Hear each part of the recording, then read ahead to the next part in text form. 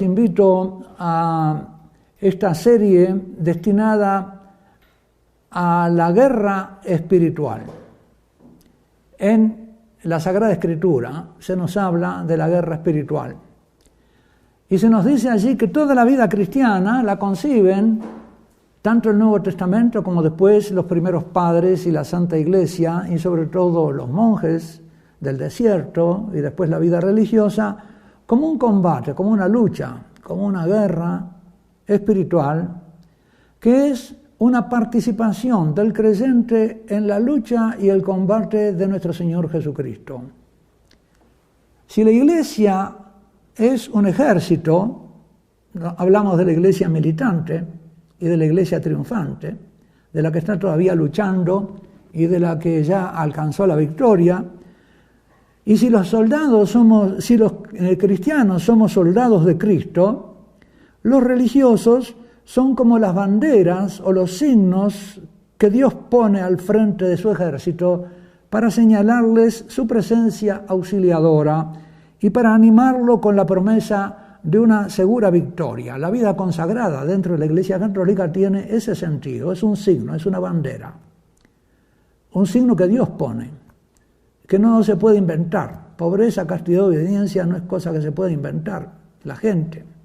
Es algo que Dios hace con algunos cristianos, a los cuales los pone frente al ejército de los demás cristianos como la bandera victoriosa del Salvador, porque ha sido una victoria de Cristo ya sobre esas vidas que se muestra, sobre todo con el signo de la castidad y de la virginidad consagrada, se muestra una obra de Dios, porque podría ser algo imposible para el hombre, pero que Dios hace posible, y ese signo se da en la Iglesia Católica. Ninguna otra así llamada iglesia o comunidad eclesial tiene el signo de la vida consagrada en castidad, pobreza y obediencia. Ellos están puestos ahí, los religiosos, para animarnos en el combate y asegurarnos que Cristo ya venció. Por lo tanto, como ustedes ven, esto pertenece al alma de la Iglesia, a la historia de la Iglesia. Nuestro Señor Jesucristo, cuando dice a los apóstoles y a los discípulos, ven y sígueme, está usando precisamente, recordándonos que se trata de seguirlo en la guerra y en el combate como los soldados siguen al general o al jefe del ejército. Él es lo que en la Sagrada Escritura se llama el argegos, el que va adelante al combate. Él ya estuvo delante en el combate, ya venció en la guerra espiritual y ahora nos invita al seguimiento. Ven y sígueme. Este ven y sígueme pertenece entonces al vocabulario bíblico de las guerras santas de Dios en el Antiguo Testamento. Nuestro Señor Jesucristo lo retoma y lo aplica a esta guerra cristiana, que es distinta de las guerras del pueblo de Israel con los pueblos enemigos. Sin embargo, este tema bíblico, esta verdad bíblica, esta teología bíblica de la guerra espiritual ha sido muy olvidada, muy dejada de lado, por diversos motivos. En tiempos recientes este es un tema que parece haber perdido el favor de los teólogos, de los religiosos y hasta de los cristianos. Parece que se lo ha relegado como un desván. Por eso, antes de ocuparnos en esta serie del tema del seguimiento, es bueno que nos detengamos algo en recuperar su contexto perdido, el contexto de la teología de la guerra santa en el Antiguo Testamento y del combate de Cristo y de los cristianos en el Nuevo. La guerra de Dios, o las guerras de Dios, son algo central en la Sagrada Escritura. Comienzan de una manera en el Antiguo Testamento y culminan en Cristo de otra manera distinta. Dice la Constitución Dei Verbum del Concilio Vaticano II que el Antiguo Testamento se pone de manifiesto en el Nuevo y que el Nuevo estaba oculto en el Antiguo, de modo que se arrojan mutuamente luz. Si queremos comprender el combate de la vida cristiana, tendremos que ir, y lo iremos haciendo con la ayuda de Dios en esta serie, tendremos que ir al Antiguo Testamento a los temas de la Guerra Santa, donde se nos habla de que Dios asistirá en el combate, de que Dios dará signos de victoria, de que Dios entregará al enemigo en manos de sus fieles servidores. Basta que nos asomemos sin prejuicio a las Sagradas Escrituras para advertir el lugar preeminente que ocupan las guerras de Dios en el Antiguo Testamento y el combate de Cristo y del cristiano en el Nuevo Testamento. Voy a sobrevolar hoy un poco, consultando la Sagrada Escritura, estos textos que nos hablan de la victoria de Cristo y del cristiano.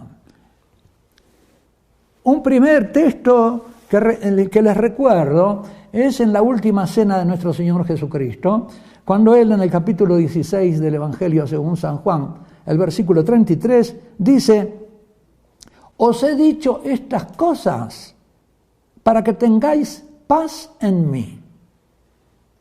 Jesús ha hablado largamente, capítulos 13, 14, 15 y 16 en la última cena. Y ahora dice, bueno, yo les he dicho esto para que tengan paz en mí. ¿Por qué? Porque en el mundo van a tener combate, van a tener lucha. En el mundo tendréis tribulación. Pero tened buen ánimo, no os acobardéis. Yo he vencido al mundo. Jesús aquí adelanta, en la última cena, ya la victoria que va a completar en el huerto y en la pasión sobre el mundo. La cruz es signo de victoria. En ella Cristo venció. Muchos padres y la Sagrada Escritura incluso hablan de que Cristo venció al demonio en la cruz. Y que esa victoria es compartida por los creyentes, por los que creen en Él.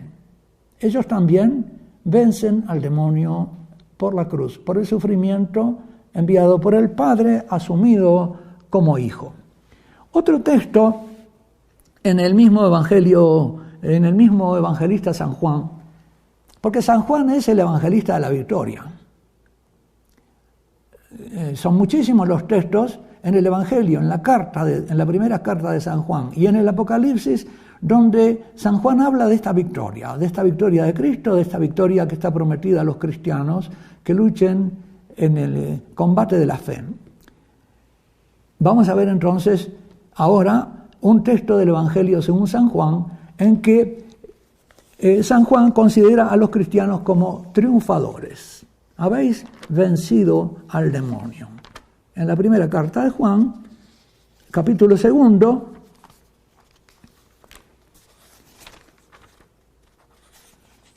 versículo 13 y siguientes, Juan dice: os escribo a vosotros, hijitos míos, porque vuestros pecados han sido perdonados.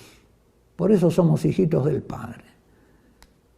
En virtud de su nombre, en virtud del nombre del Hijo. Os escribo a vosotros, padres, porque ya conocéis al que existe desde el principio. Os escribo a vosotros, jóvenes, porque habéis vencido al maligno. Acá está la victoria de los jóvenes. En este texto, San Juan, en su primera carta, no se está dirigiendo a 3 categorías de edad, hijitos, padres y jóvenes, sino que se está dirigiendo a los cristianos como reflejos de la Trinidad. Los hijitos, porque somos imágenes de Jesús. ¿Y por qué lo somos? Porque se nos han sido perdonados los pecados en su nombre. Y somos también imágenes del Padre. ¿Por qué? Porque conocemos al Hijo. Solo el Padre conoce al Hijo. Cuando a nosotros se nos da conocimiento del Hijo, es porque el Padre nos lo da. Y somos jóvenes porque participamos del vigor, de la juventud del Espíritu Santo, que es vida que no envejece. Y por lo tanto, esa juventud nos da el vigor para vencer al maligno. Os escribo a vosotros, jóvenes, porque habéis vencido al maligno. Y vuelve a repetirlo 3 veces, porque este es un texto trinitario.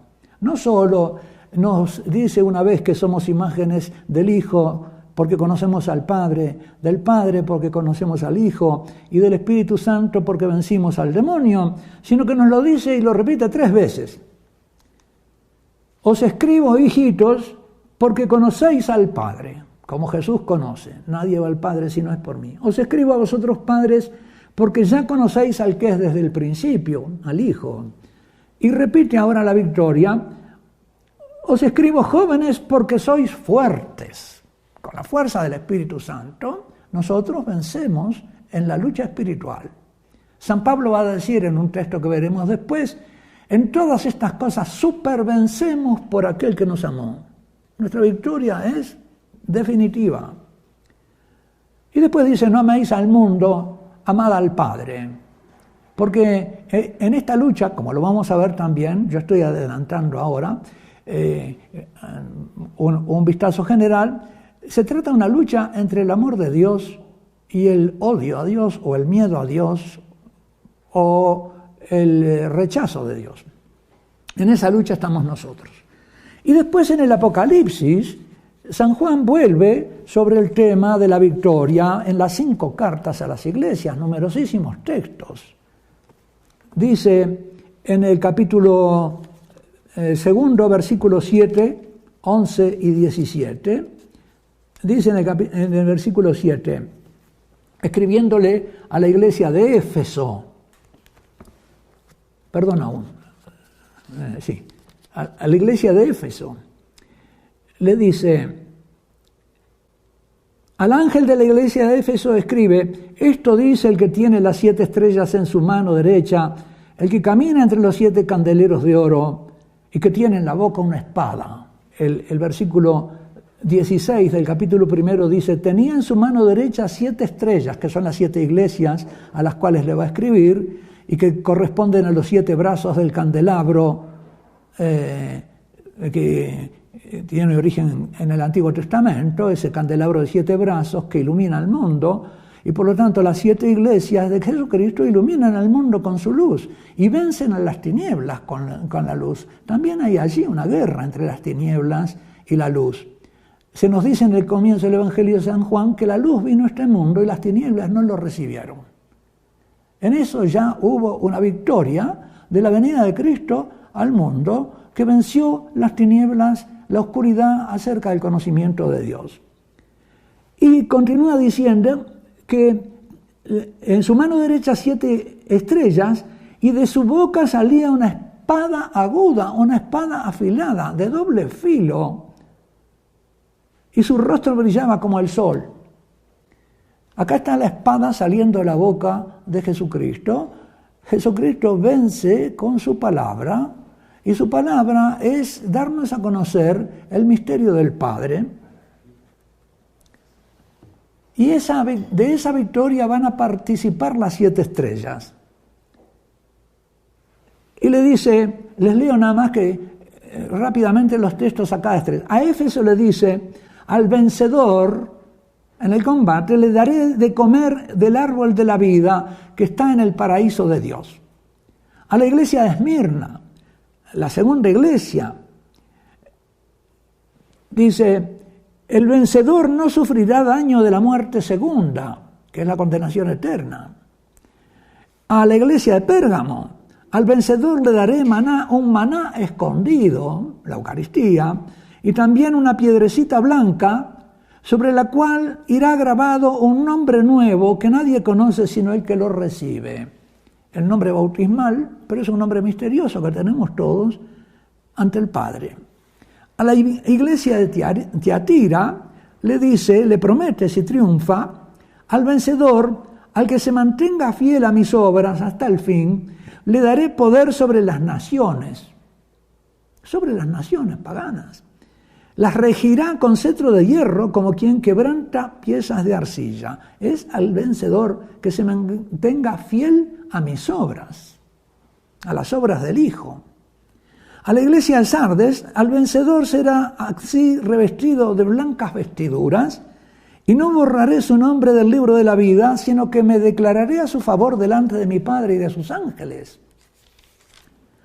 Y a la iglesia de Filadelfia, de la Caridad Cristiana, que es la iglesia de la época del siglo XIX y XX prácticamente, mayor cantidad de mártires, al vencedor le pondré de columna en el santuario de mi Dios, y ya no saldrá de allí. Y grabaré en él el nombre de mi Dios y el nombre de la ciudad de mi Dios, la nueva Jerusalén que baja del cielo enviada por Dios, y un nombre nuevo. Y por último, la iglesia de la Odisea, que es la iglesia posiblemente en la que estamos nosotros, dice: ojalá fuera frío o caliente, pero como eres tibio, es decir, ni frío ni caliente, voy a vomitarte de mi boca. Pero dice que el que dentro de esa iglesia de la Odisea permanezca fiel y venza, concederé al vencedor que se siente conmigo en mi trono. Pues yo también, cuando vencí, me senté con mi Padre en su trono. Es decir, es una victoria perfecta porque se han hecho hijos de Dios, precisamente resistiendo heroicamente al mundo. Estos son entonces los principales textos de San Juan. Demos ahora un pequeño recorrido por algunos textos de San Pablo. San Pablo también es un apóstol que nos habla mucho del combate espiritual. Son muchos textos, yo voy a tomar algunos. Tomo, por ejemplo, hay una lucha con el pecado que se ve en el capítulo 7 de la carta a los Romanos, donde dice: ¿qué podemos decir? ¿Que la ley es pecado? De ningún modo. La ley en sí misma es santa, y santo el precepto, y justo y bueno. Y después dice: sabemos que la ley es espiritual, pero que yo soy de carne, soy carnal. Acá está la lucha, aparece la lucha entre la carne y el espíritu, ya en una misma persona. En mí pelean la carne y el espíritu. Y el espíritu tiene que vencer a la carne en muchas cosas. La carne es el hombre caído bajo el pecado original, que tiene apetitos contrarios a la carne, como va a decir también San Pablo en el capítulo 5 de la carta a los Gálatas. Se va a referir a ese conflicto que hay, a esa lucha que hay entre la carne que se revela contra el espíritu. Y que tenemos que mortificar la carne con el poder del espíritu. En nosotros mismos hay una fuerza opuesta al espíritu: la carne, el mundo y el demonio. Realmente no comprendo mi proceder, porque no hago lo que quiero sino lo que aborrezco. Y si hago lo que no quiero, debo reconocer que la ley es buena, pero en realidad no soy yo quien obra, sino el pecado que habita en mí.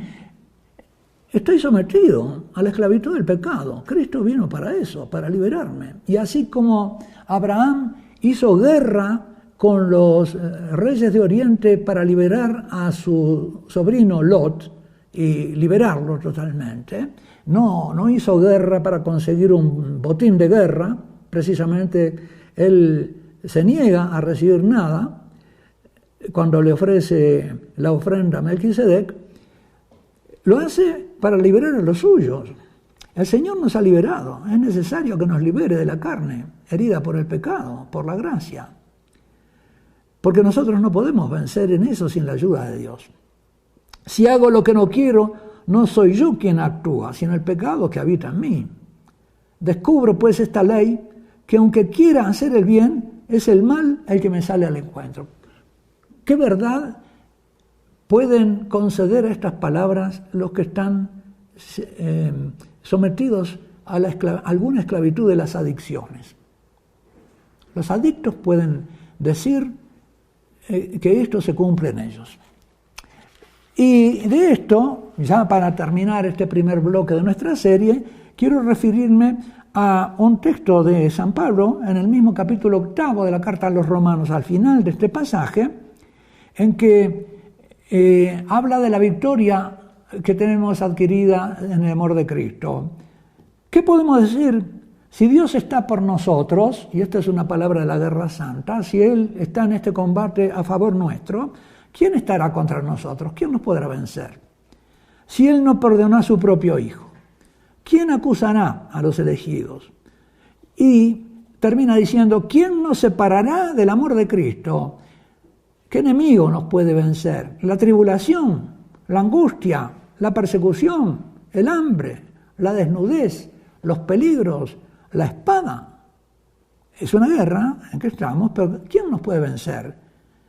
Yo estoy seguro de que ni la muerte ni la vida, ni los ángeles ni los principados, ni lo presente ni lo futuro, ni las potestades, ni la altura de la profundidad, ni cualquier otra criatura podrá separarnos del amor de Dios manifestado en Cristo Jesús. En todo esto salimos más que vencedores, supervencemos, dice, supervencemos. Es una victoria fantástica gracias a aquel que nos amó. Queridos hermanos, con esta introducción hemos comenzado presentando el tema de la Guerra Santa que iremos estudiando y comentando en las Sagradas Escrituras en los capítulos siguientes de esta serie sobre la guerra espiritual. Espero que eso nos ilumine a todos, los ilumine a ustedes acerca del combate en que están, los fortalezca para no ser cobardes o remisos en ese combate, no acobardarse, sino mantenerse serenos y en paz. Os he dicho estas cosas para que tengáis paz en vosotros. Que la paz del Señor esté en todos los hogares que me está escuchando, porque a eso me ha mandado el Señor, a evangelizar la paz. Y que Dios Todopoderoso los bendiga, el Padre, el Hijo, el Espíritu Santo. Amén. Los aguardo en el próximo capítulo de esta serie sobre la guerra espiritual.